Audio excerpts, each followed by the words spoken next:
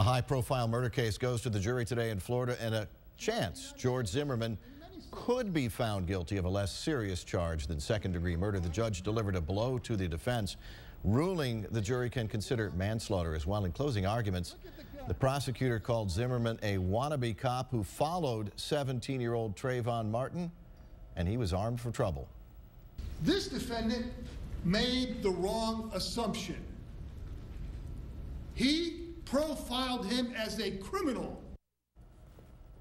The defense will close its case today, arguing that the shooting was self-defense and that it was Trayvon Martin who attacked George Zimmerman. Jury consultant Mary Griffitts, watching the case, heard those closing arguments.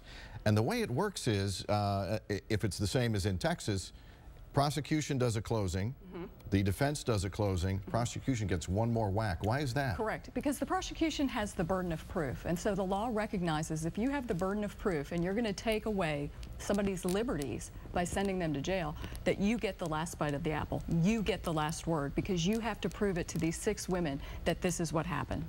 Well, I know that you're the jury expert, but a lot of people were saying yesterday, they were criticizing the prosecutor, saying he asked too many questions, and that's something that the defense is normally supposed to do, and that might have turned off the jurors because they're thinking, well, you're asking me to figure this out? Right. If at the end of the prosecution's closing argument, the jurors are still wondering to themselves, what exactly happened?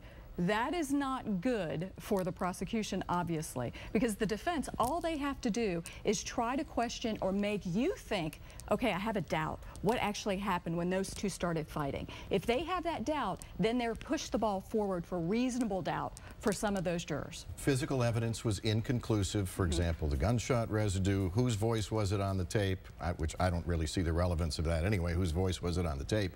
Who was the aggressor? Who was on top during the fight? All of that is inconclusive because there was nobody other than George Zimmerman, who's alive today, who saw it from beginning to end. Right.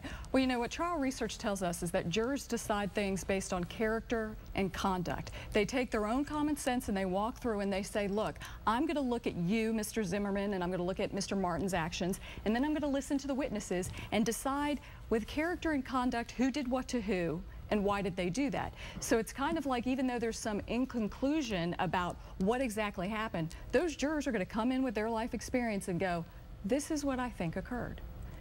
And by all accounts, people who are in the courtroom say at first these women were taking notes feverishly, and now that's dropped off. Does that kind of give us an idea of where they may be headed here? Well, you know what also jury research tells us is that most times by closing argument, jurors sort of have an idea how they're voting or where they're going. So then they start looking for evidence or arguments that are going to help support their own position when they walk into the deliberation room to talk to their fellow jurors. It's like right now I'm listening for something that may support what I already believe. And that's the importance then of the closing argument for both the defense and the prosecution, is to give that jury, give those individual jury members the justification they need when they walk into that room and they begin arguing, if there even is an argument. Correct. Well, I believe what this guy's, the prosecution's, I believe what the defense attorney said. Right, because at this point, I mean, for lawyers, we love closing argument because then we get to say, this is what the facts mean, and let me tell you the story, and this is why this was so important.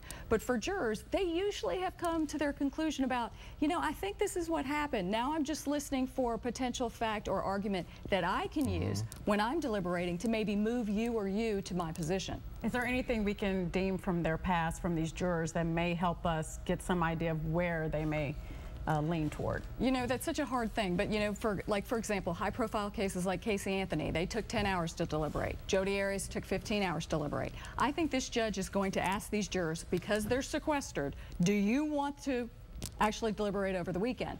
That should kind of tell us, I bet you we may have a verdict probably before Monday. Wow. All right. Thanks a lot. Thank you so much for joining us. Thanks. Be interesting to see what happens. Yes.